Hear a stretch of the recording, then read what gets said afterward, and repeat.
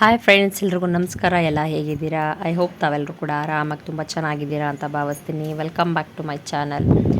ಏನಂದರೆ ಸುಮಾರು ದಿವಸದಿಂದ ಆಲ್ಮೋಸ್ಟ್ 7 to 8 ಡೇಸ್ ಆಗಿದೆ ಅಂತ ಅನ್ಕೋತೀನಿ. ಯುಗಾದಿ ಹಬ್ಬಕ್ಕೆ ನಾನು ಲಾಸ್ಟ್ ಲಾಗ್ ಮಾಡಿದ್ದೆ, ಮತ್ತು ಏನು ಕಂಟಿನ್ಯೂ ಮಾಡೋಕ್ಕೆ ಹೋಗಲಿಲ್ಲ. ಇದು ಬಂದು ಶ್ರೀರಾಮನವಮಿದು ಸಣ್ಣ ಪುಟ್ಟ ಕ್ಲಿಪ್ಪಿಂಗ್ಸ್ ಅಷ್ಟೇ. ಏನಂದರೆ ಆಲ್ರೆಡಿ ನಾನು ಯುಗಾದಿಗೆ ಒಬ್ಬಟ್ಟೆಲ್ಲ ಮಾಡಿದ್ದೆ. ಇನ್ನು ಶ್ರೀರಾಮನವಮಿಗೂ ಸ್ವಲ್ಪ ದೇವರಿಂದ ನೈವೇದ್ಯ ಇಡೋಣ ಅಂತ ಸ್ವಲ್ಪ ಮಾತ್ರ ಮಾಡಿದ್ದೆ. ಸ್ವಲ್ಪ ಸಿಂಪಲಾಗಿ ಮಾಡಿದೆ. ಅದಲ್ದಲ್ಲೇ ಅವ್ರಿಗೆ ಅವತ್ತು ಲೀವ್ ಬೇರೆ ಇರಲಿಲ್ಲ. ಹಾಗಾಗಿ ಸ್ವಲ್ಪ ಮಾರ್ನಿಂಗ್ ಬೇಗನೆ ಎದ್ದು ಕೆಲಸಗಳೆಲ್ಲ ಮುಗಿಸ್ಕೊಂಡು ಅವರಿಗೆ ಬಾಕ್ಸ್ ಕಳಿಸಿದ್ದೆ. ಹಸ್ಬೆಂಡಿಗೆ ಬೇರೆ ಅವತ್ತು ಲೀವ್ ಇರಲಿಲ್ಲ, ಸೊ ಬೇಗ ಹೋಗಬೇಕಿತ್ತು. ಬಟ್ ಅವತ್ತು ನಿಜವಾಗ್ಲೂ ಹಬ್ಬ ಮಾಡೋಕ್ಕೂ ಮನಸ್ಸಿರಲಿಲ್ಲ ನನಗೆ. ಅವರು ಹೋಗಿನ ಅವತ್ತು ಬರೋದು ಬೇರೆ ಲೇಟ್ ಅಂತ ಹೇಳಿದರು. ಅದು ಎಕ್ಸ್ಪೆಷಲಿ ಅವ್ರಿಗೆ ಸ್ಯಾಟರ್ಡೇ ಸಂಡೇ ಲೀವೇ ಸಿಗಲ್ಲ. ಸೊ ಅದಕ್ಕೋಸ್ಕರ ತುಂಬ ಸಿಂಪಲಾಗಿ ಮಾಡಿದ್ದೆ. ಇದು ಜಸ್ಟು ಕ್ಲಿಪ್ಪಿಂಗ್ಸ್ ಅಷ್ಟೇ. ಇನ್ನು ಹಬ್ಬ ಎಲ್ಲ ಮುಗಿಸ್ಕೊಂಡು ನಾವು ಇನ್ನು 2 ಡೇಸ್ಗೆ ಅಮ್ಮ ಮನೆಗೆ ಹೊರಟ್ವಿ. ಕ್ಯಾಬ್ ಬೇರೆ ಎಷ್ಟೊತ್ತಾದರೂ ಬುಕ್ ಆಗಲಿಲ್ಲ. ನಾವು ಹೊರಟಿದ್ದೆ ಈವ್ನಿಂಗ್ ಆಗೋಯಿತು. ಹಸ್ಬೆಂಡ್ ಇದ್ದಿದ್ರೆ ಡ್ರಾಪ್ ಮಾಡ್ತಾಯಿದ್ರು ಅವರೇ. ಸರಿ ಅಂತ ಈಗ ಆಟೋ ಸಿಗ್ತಲ್ಲ ಅಂತ ನಾವು ಆಟೋನೇ ಬುಕ್ ಮಾಡ್ಕೊಂಡು ಹೊರಟ್ವಿ. ಆಲ್ಮೋಸ್ಟು 6:30 to 7 o'clock ಆಗಿತ್ತು. ಏನಂದರೆ ಈಗ ಮೇನ್ ರೋಡಿಂದ ಏನಾದರೂ ನಾವು ಹೋಗ್ತೀವಿ ಅಂದರೆ ಸ್ವಲ್ಪ ಟ್ರಾಫಿಕ್ ಎಲ್ಲ ಇರುತ್ತಲ್ಲ, ಲೇಟ್ ಆಗುತ್ತೆ. ಬಟ್ ಇದು ಒಳದಾರಿ ಅಂತ ಒಂದು ಅಮ್ಮ ಮನೆಗೆ ಹೋಗೋದಕ್ಕೊಂದು ರೂಟ್ ಇದೆ. ಸೊ ಅಲ್ಲೇ ಹೋಗ್ಬಿಡ್ತೀವಿ. ಏನು 1 hour ಮೇಲೆ ಒಂದು 10 minutes ಆಗ್ಬೋದು ಅಷ್ಟೇ, ಬೇಗ ರೀಚ್ ಆಗಿಬಿಡ್ತೀವಿ. ಅದಕ್ಕೋಸ್ಕರ ನಾನು ಮಕ್ಕಳನ್ನ ಕರ್ಕೊಂಡು ಹೊರಟೆ. ಇನ್ನು ಅಮ್ಮ ಮನೆ ರೀಚ್ ಆಗೋ ಹೊತ್ತಿಗೆ 7:30 ಆಗೋಯ್ತು. ಅದಲ್ದಲ್ಲೇ ನನ್ನ ಮಗ ಅವನಿಗೆ ರಜಾ ಸಿಕ್ತಾಗ್ಲಿಂದನೂ ಹೋಗೋಣ ಅಂತ ಏನು ಹೇಳ್ತಾನೇ ಇದ್ದ. ಅವನಿಗೋಸ್ಕರನೇ ಹೊರಟಿದ್ದು. ನೋಡಿದ್ರೆ ಬಿಟ್ಬಿಟ್ಟು ಬಂದರೆ ಆರಾಮಾಗಿ ಇತ್ಕೊಂಡೆಲ್ಲ ಆಡ್ಕೊಂಬರ್ತಾನೆ. ಅಂದರೆ 2-3 ದಿನಕ್ಕೇ ವಾಪಸ್ ಬರ್ತೀನಿ ಅಂತ ಅಂದ ನನ್ನ ಮಗ. ಅಂಥದ್ರಲ್ಲೂ ಹೇಳಿದ್ರು ನಮ್ಮ ಹಸ್ಬೆಂಡ್, ಅವನೆಲ್ಲೂ ಹೋಗಿರೋದಿಲ್ಲ, ಸುಮ್ಮನೆ ಅಲ್ಲೆಲ್ಲ ಮಕ್ಕಳೆಲ್ಲ ನೋಡ್ಬಿಟ್ಟು ಆಡ್ಕೊಂಡಿರ್ತೀನಿ ಅಂತ ಅಂತಾನೆ ಅಂದರು. ನಾನು ಹೇಳೋದು ಕೇಳಲಿಲ್ಲ. ಇನ್ಮೇಲಾದರೂ ಸ್ವಲ್ಪ ಅಭ್ಯಾಸ ಆಗಲಿ, ಯಾವಾಗಲೂ ನಮ್ಮ ಮೇಲೆ ಡಿಪೆಂಡ್ ಆದರೆ ಚೆನ್ನಾಗಿರಲ್ಲ. ಇನ್ನು ಬೇರೆ ಕಡೆ ಎಲ್ಲ ಅಟ್ಲೀಸ್ಟ್ ರಿಲೇಟಿವ್ಸ್ ಕಡೆ ಎಲ್ಲ ಸ್ವಲ್ಪ ಹೊಂದ್ಕೊಂಡಿದ್ರೆ ಅವನಿಗೂ ಎಲ್ಲ ಗೊತ್ತಾಗುತ್ತಲ್ಲ, ಇರಲಿ ಅಂದ್ಬಿಟ್ಟೆ ನಾನು ಬಿಟ್ಬಿಟ್ಟು ಬಂದಿದ್ದು. ಅದಕ್ಕೋಸ್ಕರ ಅಕ್ಕ ಬೇರೆ ಕರ್ಕೊಂಡು ಹೋಗೋದೇನು ಬೇಡ ಬಿಡು, ನಾನೇ ಜೊತೆಯಲ್ಲಿ ಕರ್ಕೊಂಡು ಹೋಗ್ತೀನಿ, ಏನಪ್ಪ ಪಾಪು ಜೊತೆ ಎಲ್ಲ ಆಡ್ಕೊಂಡಿರ್ತಾಳೆ ಅಂತ ಹೇಳಿದ್ಲು ಅಂದ್ಬಿಟ್ಟು ಬಿಟ್ಬಿಟ್ಟು ಬಂದೆ. ಬಟ್ ಅಲ್ಲೇ ಅಂತೂ ಪಾಪ ಅವ್ರಿಗೆ ಹೆವಿ ಟಾರ್ಚರ್ ಕೊಟ್ಬಿಟ್ಟಂತೆ. ಹತ್ಕೊಂಡೇ ಇಲ್ಲ, ಮಮ್ಮಿ ಬೇಕೋ ಪಪ್ಪ ಬೇಕೋ ಹೋಗ್ತೀನಿ ಅಂದ್ಕೊಂಡು. ಇನ್ನು ಅಲ್ಲಿಂದ ತಂಗಿ ಮನೆಗೆ ಹೋಗ್ತೀನಿ ಅಂದಂತೆ. ಸೊ ನನ್ನ ತಂಗಿ ಮನೇಲಿ ಒಂದು 2 days ಏನೋ ಇದ್ದ. ಆರಾಮಾಗಿ ಆಡ್ಕೊಂಡಿರ್ತಾನೆ. ಬಟ್ ಏನಂದರೆ ಅಕ್ಕಪಕ್ಕ ಏನಾದರೂ ಅಂಗಡಿಗಳೇನಾದ್ರು ಇದ್ದರೆ ಸ್ವಲ್ಪ ಜಂಕ್ ಫುಡ್ ತಿನ್ನೋದು ಜಾಸ್ತಿ ಅವನು. ಸೊ ಡೈಲಿ ಹೋಗೋದಂತೆ ಐಸ್ ಕ್ರೀಮು ತಿನ್ನೋದು, ಜ್ಯೂಸ್ ಕುಡಿಯೋದು, ಆ ಥರ ಈ ಥರ ಎಲ್ಲ ಮಾಡ್ಕೊಂಡು ಸ್ವಲ್ಪ ಕೋಲ್ಡ್ ಬೇರೆ ಮಾಡ್ಕೊಂಬಿಟ್ಟಿದ್ದ. ಇನ್ನು ನಾವು ಬೇರೆ ಅವನನ್ನು ಬಿಟ್ಟು ಬಂದಿದ್ದಕ್ಕೆ ನಮಗೂ ಸ್ವಲ್ಪ ಸಮಾಧಾನ ಆಗ್ತಿರಲಿಲ್ಲ. ಇರ್ತಾನೋ ಇಲ್ವೋ, ಆಟ ಮಾಡ್ತಾನೋ ಯಾಕೆ ಸುಮ್ಮನೆ ಅಂದ್ಬಿಟ್ಟು ಹಸ್ಬೆಂಡ್ಗೆ ಹೇಗಿದ್ರು ಇವತ್ತು ವೀಕ್ ಆಫ್ ಇತ್ತು. ಸೊ ಅದಕ್ಕೆ ಅವರು ಇನ್ನು ಈ ವೀಕ್ ಆಫ್ ಮಿಸ್ ಆಗಿಬಿಟ್ರೆ ಇನ್ನು ನೆಕ್ಸ್ಟ್ ವೀಕೆ ವೆಯ್ಟ್ ಮಾಡಬೇಕು. ಹೋಗಿ ಕರ್ಕೊಂಬರ್ತೀನಿ ಅಂದ್ಬಿಟ್ಟು ಅವರು ಮಾರ್ನಿಂಗೆ. ನಾವು ಬೇರೆ ಒಂದು 4-5 ಡೇಸಿಂದ ನಾನ್ ವೆಜ್ ಏನೂ ಮಾಡಿರಲಿಲ್ವಲ್ಲ, ಅದಕ್ಕೋಸ್ಕರ ಎಲ್ಲ ತಂದು ಕೊಟ್ಟಿದ್ದರು. ನಾನಿನ್ನು ಅದಕ್ಕೆಲ್ಲ ಏನೇನು ಬೇಕೆಲ್ಲ ರೆಡಿ ಮಾಡಿ ಇಟ್ಕೊತಿದ್ದೆ. ಇನ್ನು ಅವ್ರು ಬೆಳಗ್ಗೆನೇ ಎದ್ದು ಸ್ನಾನ ಎಲ್ಲ ಮಾಡ್ಕೊಂಡು ಮಗನ ಕರ್ಕೊಬರ್ತೀನಿ ಅಂತ ಹೊರಟಿದ್ದಾರೆ. ನಾನಿನ್ನು ಅಡುಗೆಗೆಲ್ಲ ರೆಡಿ ಮಾಡ್ತಾಯಿದ್ದೀನಿ. ಮಕ್ಕಳದಾಗೇ ಜೊತೆಲಿದ್ದು ಏನಾದರೂ ಕಿತಾಪತಿ ಮಾಡ್ತಾರೆ ಅಂದ್ಕೊಂಡ್ರೆ ಅಟ್ಲೀಸ್ಟ್ ಔಟ್ ಸೈಡ್ ಆದರೂ ಹೊಂದ್ಕೊಂಡಿರ್ತಾರೆ ಅಂದ್ಕೊತೀವಿ. ಅಲ್ಲೂ ಹೋಗ್ಬಿಟ್ಟು ಸುಮ್ಮನೆ ರಂಪಾಟ ಮಾಡ್ತಾರೆ. ಬಿಟ್ಟು ಅಭ್ಯಾಸ ಆಗಿರಲ್ವಲ್ಲ. ಅವ್ನು ಚಿಕ್ಕ ವಯಸ್ಸಿಂದನೂ ಹಾಗೇ. ಒಂದಿನ ಅವ್ನಿಗೇನೋ ಅಲ್ಲಿ ಹೋದ ತಕ್ಷಣ ಇರೋಣ ಅಂತ ಮನಸ್ಸಾಗ್ಬಿಡುತ್ತೆ. ಆಗಿನ ಟೈಮಲ್ಲಿ ಖುಷಿಗೇನೋ ನಾನು ಇದ್ಬಿಡ್ತೀನಿ ನೀವು ಹೋಗಿ ಅಂತ ಹೇಳಿ ಕಳಿಸ್ಬಿಡ್ತಾನೆ. ಜಸ್ಟ್ ಒಂದಿನ ಅಷ್ಟೇ. ಆಮೇಲೆ ಮಾರನೇ ದಿನ ಅವನಿಗೆ ಇರೋಕ್ಕೆ ಮನಸ್ಸಾಗಲ್ಲ, ಆಟ ಮಾಡೋದೆಲ್ಲ ಜಾಸ್ತಿ ಆಗಿಬಿಡುತ್ತೆ. ಅದರಿಂದ ಏನೂ ಬೇಡ ಬಿಡು ಸಾಕು, ಒಂದು 3-4 ಡೇಸ್ ಇದ್ದಾನಲ್ಲ ಅಂದ್ಬಿಟ್ಟು ಕರ್ಕೊಬರಕ್ಕೆ ಹೋಗಿದ್ದಾರೆ. ಅವನಿಂದಲೇ ನಮಗೂ ಕೂಡ ಸ್ವಲ್ಪ ಬೇಜಾರೇ ಆಗಿತ್ತು. ಇನ್ನು ಪಾಪು ಬೇರೆ ಇರ್ತಾಳಲ್ಲ, ಏನೋ ಅವ್ರ ಅಣ್ಣ ಇದ್ದರೆ ಅವಳ ಜೊತೆನೆಲ್ಲ ಆಡ್ಕೊಂಡು ಇದ್ಬಿಡ್ತಾಳೆ. ಇಲ್ಲಾಂದರೆ ಅವಳಿಗೂ ಎಲ್ಲ ಇರೋಕ್ಕಾಗಲ್ಲ. ಸರಿ ಅಂತ ನಾನಿನ್ನು ಅಡುಗೆಗೆಲ್ಲ ಮಾಡ್ಕೊಳ್ಳೋದಕ್ಕೆಲ್ಲ ರೆಡಿ ಮಾಡ್ಕೊತಾ ಇದ್ದೀನಿ. ಇನ್ನು ಸ್ವಲ್ಪ ಸೌತೆಕಾಯಿಗಳೆಲ್ಲ ಖಾಲಿಯಾಗಿದ್ದವು, ಅದೆಲ್ಲ ತರಿಸಿಟ್ಕೊಂಡಿದ್ದೀನಿ. ಏನಂದರೆ ಜಾಸ್ತಿ ಈ ಬೇಸಿಗೆಗಾಲದಲ್ಲಂತೂ ಕಲ್ಲಂಗಡಿ, ನಿಂಬೆಹಣ್ಣು, ಈ ಜೊತೆಗೆ ಸೌತೆಕಾಯಿ, ಕರ್ಬೂಜ ಇವೆಲ್ಲ ಸ್ವಲ್ಪ ಎಲ್ಲರ ಮನೆಯಲ್ಲೂ ಸ್ಟಾಕ್ ಇಟ್ಕೊಂಡಿರ್ತಾರೆ. ಊಟದ್ಗಿಂತ ಜಾಸ್ತಿಯಾಗಿ ಈ ಲಿಕ್ವಿಡ್ ಐಟಮ್ಗಳು ಆ ಥರ ಈ ಥರದ್ದೆಲ್ಲ ತಗೊಳ್ಳೋದೇ ಜಾಸ್ತಿ. ಈ ಮಸಾಲೆ ಐಟಮ್ಗಳನ್ನೆಲ್ಲ ನಾವು ತಿಂದ್ವಿ ಅಂದರೆ ಡೈಜೆಷನ್ ಆಗ ಸ್ವಲ್ಪ ಕಷ್ಟನೇ ಅನಿಸ್ಬಿಡುತ್ತೆ. ಅದಕ್ಕೋಸ್ಕರ ನಾನು ಸ್ವಲ್ಪ ಮಸಾಲೆಗಳನ್ನೆಲ್ಲ ಕಡಿಮೆನೇ ಹಾಕ್ಕೊಂಡು ಅಡುಗೆ ಮಾಡೋಕ್ಕೆಲ್ಲ ರೆಡಿ ಮಾಡ್ತಾಯಿದ್ದೀನಿ. ಹಸಿರು ಮೆಣ್ಸಿನ್ಕಾಯಿ ಬೇಡ ಅಂತ ಹೇಳಿದ್ದೆ, ಬಟ್ ಮಿಸ್ಸಾಗಿ ತೊಗೊಬಂದ್ಬಿಟ್ಟಿದ್ದಾರೆ. ಇದು ಹಸಿಮೆಣ್ಸಿನ್ಕಾಯಿ ಹಾಕ್ಬಿಟ್ಟು ಏನಾದರೂ ಈ ನಾನ್ ವೆಜ್ ಜೊತೆ ಹಾಕ್ಬಿಟ್ಟು ಏನಾದರೂ ಮಾಡ್ತೀನಿ ಅಂದರೆ ಅದು ಸ್ವಲ್ಪ ಹೆವಿ ಮಸಾಲೆ ಬೇರೆ ಅಲ್ವಾ, ಸ್ವಲ್ಪ ಹೊಟ್ಟೆ ಎಲ್ಲ ಉರಿಯೋದೆಲ್ಲ ಸ್ಟಾರ್ಟ್ ಆಗಿಬಿಡುತ್ತೆ. ಅದರಿಂದ ನಾನು ಒಣಮೆಣ್ಸಿನ್ಕಾಯಿ ಯೂಸ್ ಮಾಡ್ಕೋತೀನಿ. ಇನ್ನು ಧನಿಯಾ ಪೌಡ್ರ್ ಬೇರೆ ಖಾಲಿ ಆಗಿಬಿಟ್ಟಿದೆ. ಪ್ರತಿ ಸಲ ನಾನು ಹೋದಾಗ ಅತ್ತೆ ಮನೆಯಲ್ಲೇ ಇಸ್ಕೊಂಬರ್ತಿದ್ದೆ. ಈ ಸಲ ಆಲ್ಮೋಸ್ಟ್ 2 ಮಂತ್ಸೇ ಆಗೋಯಿತು ನಾವು ಹೋಗೇ ಇಲ್ಲ ಆ ಸೈಡು. ಇನ್ನು ಹೇಗಿದ್ರು ನಮ್ಮ ಮೈದನ ಮದುವೆ ಇನ್ನೇನು ಸ್ಟಾರ್ಟು ನೆಕ್ಸ್ಟ್ ಮಂತೇನೆ ಫಸ್ಟ್ ವೀಕ್ ಇದೆ.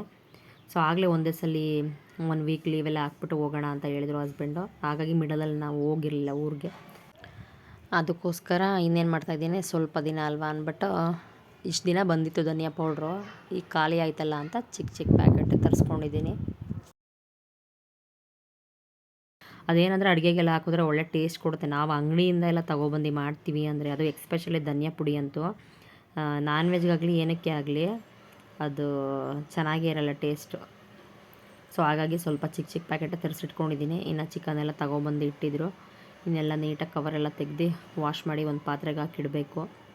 ಇದಕ್ಕೂ ಮುಂಚೆ ಫಸ್ಟ್ ಅಡುಗೆ ಮನೆಯೆಲ್ಲ ನೀಟಾಗಿ ಕ್ಲೀನ್ ಮಾಡೋಣ ಅಂತ ಪಾತ್ರೆ ಎಲ್ಲ ರಾಶಿ ರಾಶಿ ಬಿದ್ದುಬಿಟ್ಟಿದೆ. ಇನ್ನೂ ವಾಶ್ ಏನೂ ಮಾಡಿರಲಿಲ್ಲ. ಇನ್ನು ದೋಸೆ ಸಂಪಳ ಎಲ್ಲ ಹಾಗೆ ಮಿಕ್ಕಿತ್ತು. ಇನ್ನೆಲ್ಲ ಬೇರೆ ಪಾತ್ರೆಗೆಲ್ಲ ಹಾಕ್ಕೊಂಬಿಟ್ಟು ಇನ್ನು ಸ್ಟವ್ ಶೆಲ್ಪು ಏನೇನಿತ್ತು ಎಲ್ಲ ಸ್ವಲ್ಪ ಲಿಕ್ವಿಡೆಲ್ಲ ಹಾಕಿ ನೀಟಾಗೆಲ್ಲ ಒರೆಸ್ಕೊಬಿಡೋಣ ಸ್ಟಾರ್ಟಿಂಗಲ್ಲೇ ಅಂತ ಎಲ್ಲ ಒರೆಸಿ ರೆಡಿ ಮಾಡ್ತಾಯಿದ್ದೀನಿ. ಈ ದೋಸೆ ಸಂಪಳ ಎಷ್ಟೇ ಕಡಿಮೆ ಆಗುತ್ತೆ ಅಂದ್ರೂ ನೋಡಿ ಒಂದಿಷ್ಟಾದರೂ ಮಿಕ್ಬಿಡುತ್ತೆ. ಇದೇನಂದರೆ ಈ ಬಿಸಿಲುಗಾಲದಲ್ಲಿ ಬೇರೆ ಇದು ಹುಳಿ ಬಂದುಬಿಡುತ್ತೆ ಹಾಗೇ ಇಟ್ಬಿಟ್ರೆ. ಇನ್ನು ಚೆಲ್ಲಂಗೂ ಇರಲ್ಲ, ಇಟ್ಕೊಳ್ಳೋಂಗಿರಲ್ಲ, ಹಂಗಾಗ್ಬಿಡುತ್ತೆ. ಸರಿ ಸ್ವಲ್ಪನೇ ಅಲ್ವಾ, ಒಂದು 7-8 ದೋಸೆ ಆಗುತ್ತೆ, ಇನ್ನೇನು ಮಾಡೋದು ಅಂದ್ಬಿಟ್ಟು ಆ ಸಂಪಳ ಮಾತ್ರ ತೆಗೆದಿಡ್ತಾಯಿದ್ದೀನಿ. ಇನ್ನು ದೋಸೆಗೆ ಸ್ವಲ್ಪ ಚಟ್ನಿ ಕೂಡ ಮಾಡ್ಕೊಂಡಿದ್ದೆ. ಇನ್ನೆಲ್ಲ ತಿಂಡಿ ಎಲ್ಲ ಆಯಿತು ಎಲ್ರದ್ದು. ನೀಟಾಗೆಲ್ಲ ವಾಶ್ ಮಾಡೋಣ ಅಂದ್ಕೊಂಡು ಏನೇನು ಶೆಲ್ಪ್ ಇತ್ತು ಎಲ್ಲ ಒರೆಸ್ಕೊಂಡಿನ ರೆಡಿ ಮಾಡ್ತಾಯಿದ್ದೀನಿ. ಅಡುಗೆ ಮನೆ ಅಂತೂ ಬೇಗ ಗಲೀಜಾಗಿಬಿಡುತ್ತೆ. ಆವಾಗವಾಗ ಕ್ಲೀನ್ ಮಾಡ್ಕೊತಾನೇ ಇರಬೇಕು. ನಾನೇನು ಮಾಡ್ತೀನಿ ಅಂದರೆ ಒಂದು ಚಿಕ್ಕ ಬಾಟಲ್ಗೆ ಲಿಕ್ವಿಡ್ ಥರ ಮಾಡ್ಕೊಂಡಿರ್ತೀನಿ. ಸ್ವಲ್ಪ ಹಂಗೆ ಅಕ್ಕಪಕ್ಕ ಅದು ಡ್ರಾಪ್ ಎಲ್ಲ ಹಾಕ್ಬಿಟ್ಟು ಒಂದು ಬಟ್ಟೆ ತಗೊಂಡೆಲ್ಲ ಒರೆಸ್ಬಿಟ್ರೆ ಆ ಎಣ್ಣೆ ಜಿಡ್ಡು ಏನೇನಿರುತ್ತೆ ಎಲ್ಲ ಹೋಗ್ಬಿಡುತ್ತೆ. ಇನ್ನೆಲ್ಲ ತೊಳೆದು ಎಲ್ಲ ಆಯಿತು ಪಾತ್ರೆ ಎಲ್ಲ. ಅದಲ್ದೆಲ್ಲ ನಿಂಬೆಹಣ್ಣು ಬೇರೆ ತರಿಸಿಟ್ಕೊಂಡಿದ್ದೆ. ಏನಂತ ಗೊತ್ತಿಲ್ಲ, ಸ್ವಲ್ಪ ಹೀಟ್ ಆದಂಗೆ ಆಗಿಬಿಟ್ಟಿತ್ತು. ಅಂದರೆ ಹೊಟ್ಟೆ ಎಲ್ಲ ನೋವು ಬರೋದು ಆ ಥರ ಎಲ್ಲ. ಅಂದರೆ ಈ ಬೇಸಿಗೆಗಾಲದಲ್ಲಿ ಹಾಗೇ ಅಲ್ವಾ, ಸ್ವಲ್ಪ ಹೀಟ್ ಆಗ್ಬಿದ್ರು ಸ್ವಲ್ಪ ಕಣ್ಣು ಉರಿಯೋದು ಆ ಥರ ಈ ಥರ ಎಲ್ಲ ಆಗಿಬಿಡುತ್ತೆ. ಅದಕ್ಕೋಸ್ಕರ ಒಂದು ಗ್ಲಾಸ್ ಲೆಮನ್ ಜ್ಯೂಸ್ ಮಾಡ್ಕೊಳ್ಳೋಣ ಅಂತ ಲೆಮನ್ ಜ್ಯೂಸ್ ಮಾಡ್ಕೊಂಡು ಕುಡಿತಾ ಇದ್ದೀನಿ.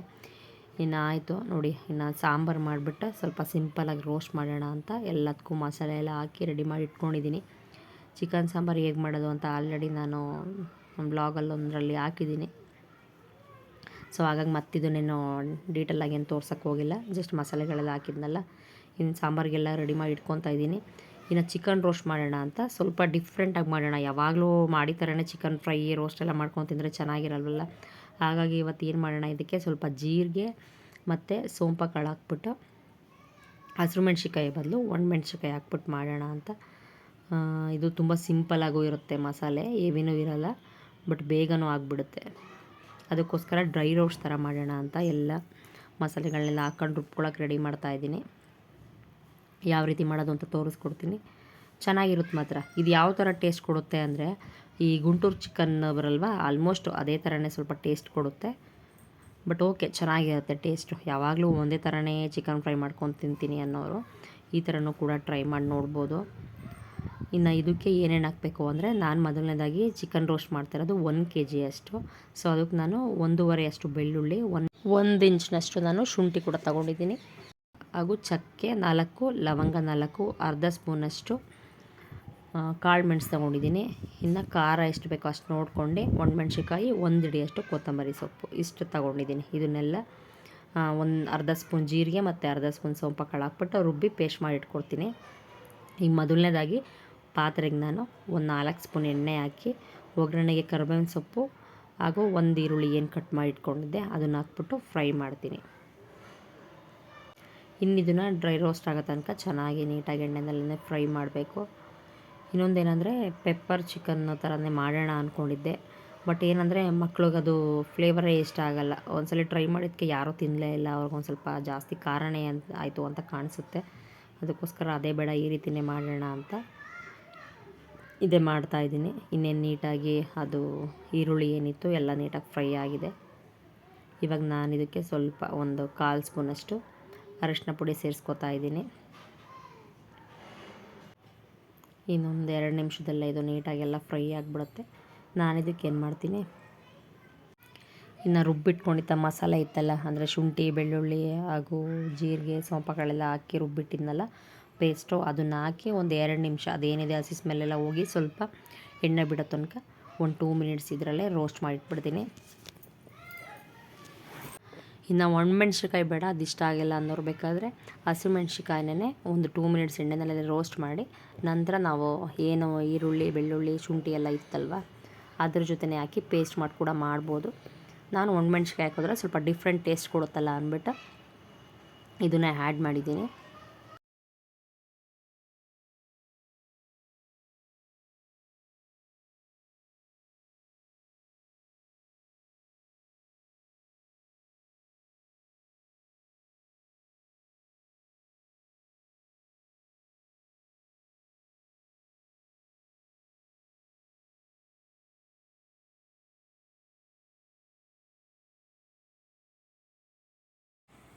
ಇನ್ನು ಸಾಂಬಾರು ರೈಸ್ ಎಲ್ಲ ಆಲ್ರೆಡಿ ರೆಡಿ ಆಗಿದೆ.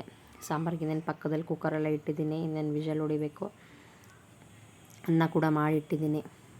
ಇನ್ನು ಚಿಕನ್ನ ಆಲ್ರೆಡಿ ನಾನು ಸ್ವಲ್ಪ ಅರಿಶಿನ ಪುಡಿ ಮತ್ತು ಉಪ್ಪಾಕಿ ತೊಳೆದಿಟ್ಕೊಂಡಿದ್ದೆ. ಇವಾಗೆಲ್ಲ ನೀಟಾಗಿ ನೀರೆಲ್ಲ ಶೋಧಿಸ್ಬಿಟ್ಟು ಇದಕ್ಕೆ ಹಾಕಿ ರುಚಿಗೆ ತಕ್ಕಷ್ಟು ಸ್ವಲ್ಪ ಉಪ್ಪು ಹಾಕ್ಬಿಟ್ಟು ಮಸಾಲೆ ಎಲ್ಲ ನೀಟಾಗಿ ಹೊಂದ್ಕೊಳ್ಳೋ ತನಕ ಒಂದು 2-3 ನಿಮಿಷ ನೀಟಾಗಿ ಅದೇನೇನು ಮಸಾಲೆ ಇದೆ ಎಲ್ಲ ತಿರುವಿ ಅದರಲ್ಲೇ ಚೆನ್ನಾಗೆಲ್ಲ ಮಸಾಲೆ ಹಿಡಿಬೇಕು. ಆ ಥರ ಎಲ್ಲ ಮಿಕ್ಸಪ್ ಮಾಡಿಬಿಟ್ಟು ಒಂದು ಪ್ಲೇಟ್ ಮುಚ್ಚಿದ್ರೆ ಸಾಕು. ಒಂದು 10 ನಿಮಿಷದಲ್ಲಿ ನೀಟಾಗೆಲ್ಲ ಬೆಂದ್ಕೊಂಡು ಆ ನೀರಿನ ಅಂಶ ಏನೇನಿದೆ ಅದೆಲ್ಲ ಬರೋ ತನಕನೂ ಅಷ್ಟೇ ಒಂದು 10 ನಿಮಿಷ ಬೇಯಿಸ್ಕೊಂಡ್ರೆ ಸಾಕು. ಲಾಸ್ಟಿಗೆ ಬೇಕಾದರೆ ಇದಕ್ಕೆ 1 ಸ್ಪೂನಷ್ಟು ಧನಿಯಾದ ಪುಡಿ ಸೇರಿಸ್ತೀನಿ ಅಷ್ಟೇ. ನೋಡಿ, ಜಾಸ್ತಿ ಮಸಾಲೆ ಹಾಕೋಂಗಿಲ್ಲ, ಇಷ್ಟೇ. ಚೆನ್ನಾಗಿರುತ್ತೆ, ಮಾತ್ರ ಬೇಗನೂ ಆಗಿಬಿಡುತ್ತೆ. ಕುಕ್ಕರಲ್ಲೇ ಮಾಡೋಣ ಅಂದ್ಕೊಂಡೆ, ಬಟ್ ಯಾವಾಗಲೂ ನನಗೆ ಕುಕ್ಕರ್ನಲ್ಲೇ ನಾನ್ ವೆಜ್ ಮಾಡಿದ್ರೆ ಇಷ್ಟ ಆಗೋಲ್ಲ. ಅದಕ್ಕೋಸ್ಕರ ನಾನು ಪಾತ್ರೆನಲ್ಲೇ ಈ ಥರದ್ರಲ್ಲಿ ಮಾಡಿಬಿಡ್ತೀನಿ. ಅಟ್ಲೀಸ್ಟ್ ಉಪ್ಪು ಖಾರ ಎಲ್ಲ ನೋಡ್ಕೊಬೋದಲ್ವ, ಏನಾದರೂ ಕಡಿಮೆ ಆಗಿದ್ರೆ ಹೆಚ್ಚು ಕಡಿಮೆ ಆದರೆ ಆವಾಗವಾಗ ಏನು ಬೆಂತ ಏನು ಉಪ್ಪು ಖಾರ ಏನಾದರೂ ಬೇಕಾ ನೋಡ್ಕೊಂಡು ಹಾಕ್ಕೊಳ್ಳೋದಕ್ಕೂ ಸರಿ ಹೋಗುತ್ತೆ. ಅದಕ್ಕೋಸ್ಕರ ಜಾಸ್ತಿ ನಾನ್ ವೆಜ್ ಎಲ್ಲ ನಾನು ಪಾತ್ರೆನಲ್ಲೇ ಮಾಡ್ಕೊಳ್ಳೋದು. ಸೊ ನೋಡಿ, ಎಲ್ಲ ನೀಟಾಗೆಲ್ಲ ಮಿಕ್ಸಪ್ ಮಾಡಿದ್ದೀನಿ. ಇದಕ್ಕೆ ಪ್ಲೇಟ್ ಮುಚ್ಚಿಬಿಟ್ಟು ಒಂದು 10 ನಿಮಿಷ ಬಿಟ್ಬಿಟ್ರೆ ಸಾಕು.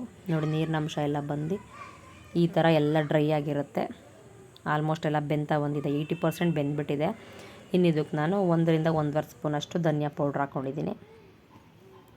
ಇನ್ನು ಇದನ್ನು ಹಾಕಿ ಒಂದು 5 ನಿಮಿಷ ಏನು ಅದೆಲ್ಲ ನೀಟಾಗಿ ಹದವಾಗಿ ಹಿಡಿಯೋ ತನಕ ಮತ್ತೆ ಸ್ವಲ್ಪ ಲೋ ಫ್ಲೇಮಲ್ಲೇ ಒಂದು 5 ನಿಮಿಷ ಬೇಯಕ್ಕೆ ಬಿಟ್ಬಿಟ್ರೆ ಸಾಕು. ಚಿಕನ್ ರೋಸ್ಟ್ ರೆಡಿಯಾಗಿರುತ್ತೆ. ಡ್ರೈ ರೋಸ್ಟ್ ಥರನೂ ಮಾಡ್ಕೊಬೋದು, ಇಲ್ಲ ಸ್ವಲ್ಪ ನಮಗೆ ಲಿಕ್ವಿಡ್ ಆಗಿರಬೇಕು ಅನ್ನಂಗಿದ್ರೆ ಒಂದು ಸ್ವಲ್ಪ ನೀರು ಆ್ಯಡ್ ಮಾಡಿಕೊಂಡ್ರೆ ಸಾಕು, ಇದಾಗಿಬಿಡುತ್ತೆ. ನಾನು ಆಲ್ಮೋಸ್ಟ್ ಸ್ವಲ್ಪ ಡ್ರೈ ಆಗೇ ಇರಲಿ, ಯಾಕಂದರೆ ಸಾಂಬಾರು ಬೇರೆ ಇತ್ತಲ್ವ, ಹಾಗಾಗಿ ನೀರೆಲ್ಲ ಏನು ಜಾಸ್ತಿ ಹಾಕೋಕ್ಕೆ ಹೋಗಿಲ್ಲ, ಸ್ವಲ್ಪನೇ ಹಾಕ್ಬಿಟ್ಟು ಈ ಥರ ರೋಸ್ಟ್ ಮಾಡಿದ್ದೀನಿ.